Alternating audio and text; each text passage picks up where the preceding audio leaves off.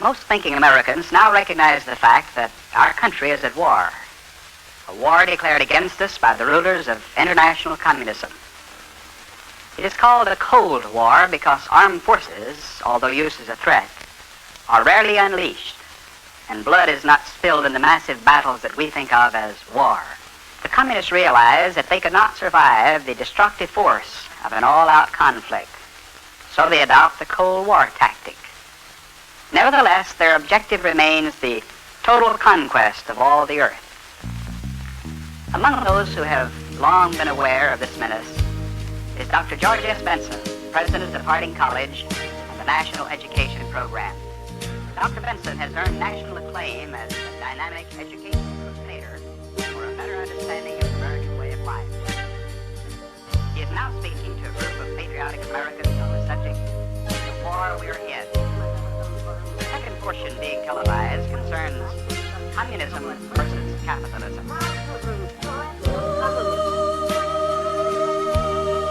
You know, as Americans, we'd like to be free, to enjoy the economic well-being, the liberties that are ours under God. But unfortunately, that's not our lot. Unfortunately, communism is challenging every aspect of our American way of life today. We're meeting it on every front.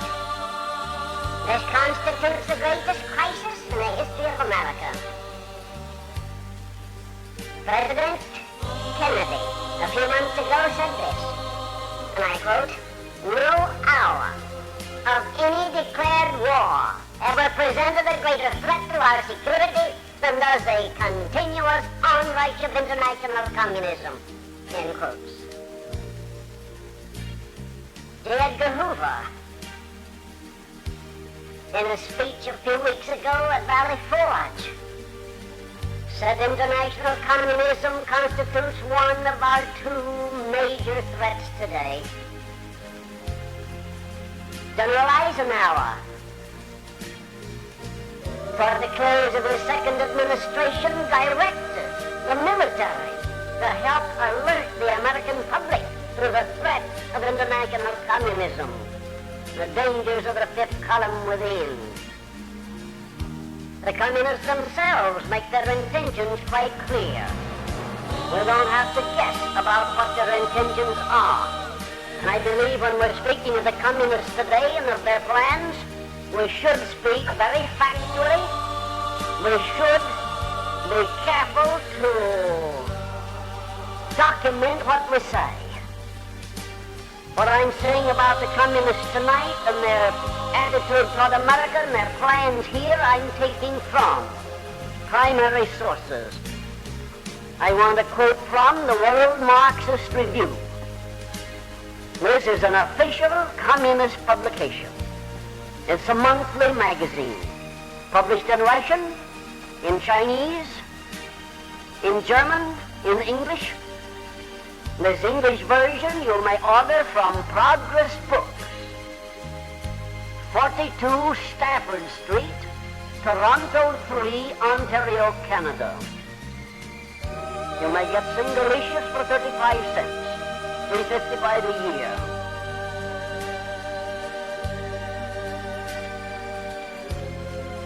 Then I want to use as another source of authority the speech made by Mr. Khrushchev on January 6, 1961, and which has been called the greatest document coming out of Moscow since the end of the war.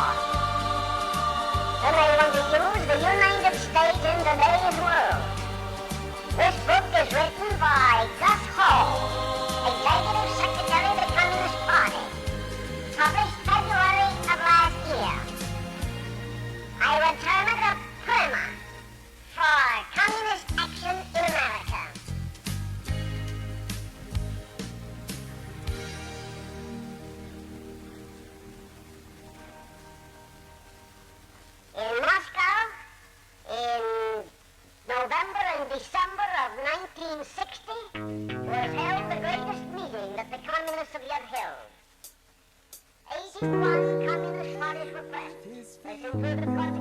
And why?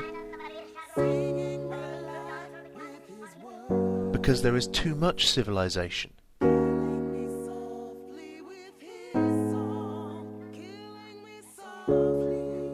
Too much means of subsistence.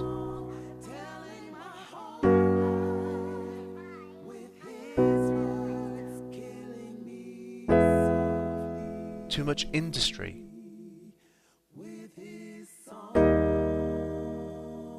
Too much commerce.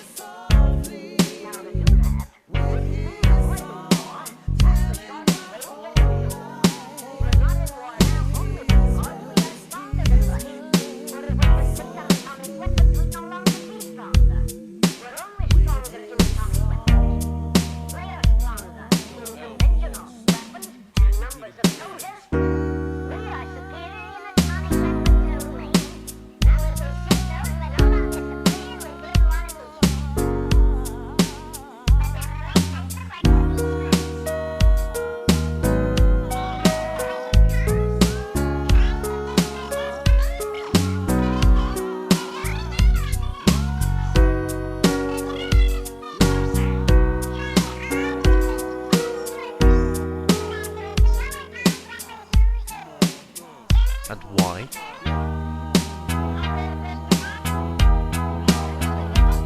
Because there is too much civilization.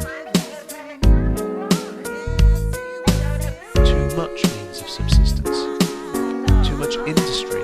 Too much commerce. The productive forces at the disposal of society no longer tend to further the development of the conditions.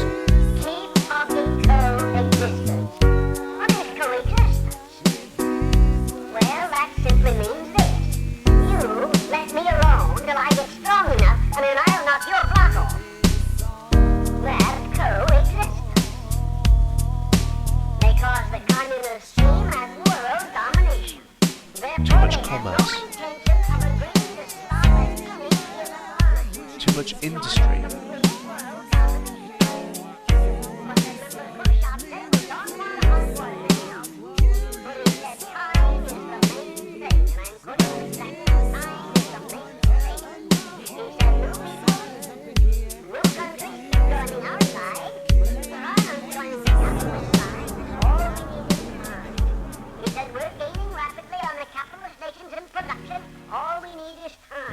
imitates acts in utter contradiction with his character and habits. The most careful observations seem to prove that an individual immersed for some length of time in a crowd in action soon finds himself, either in consequence of the magnetic influence given out by the crowd, or from some other cause of which we are ignorant, in a special state, which much resembles the state of fascination in which the hypnotized individual finds himself in the hands of the hypnotizer.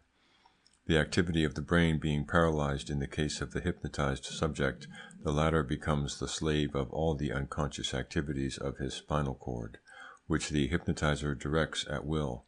The conscious personality has entirely vanished. Will and discernment are lost. All feelings and thoughts are bent in the direction determined by the hypnotizer. Such also is approximately the state of the individual forming part of a psychological crowd. He is no longer conscious of his acts. In his case, as in the case of the hypnotized subject, at the same time that certain faculties are destroyed, others may be brought to a high degree of exaltation. Under the influence of a suggestion, he will undertake the accomplishment of certain acts with irresistible impetuosity. The impetuosity is the more irresistible in the case of crowds than in that of the hypnotized subject, for the fact that the suggestion being the same for all the individuals of the crowd, it gains a strength by reciprocity. The individualities in the crowd who might possess a personality sufficiently strong to resist the suggestion are too few in number to struggle against the current. At the utmost, they may be able to attempt a diversion by means of different suggestions.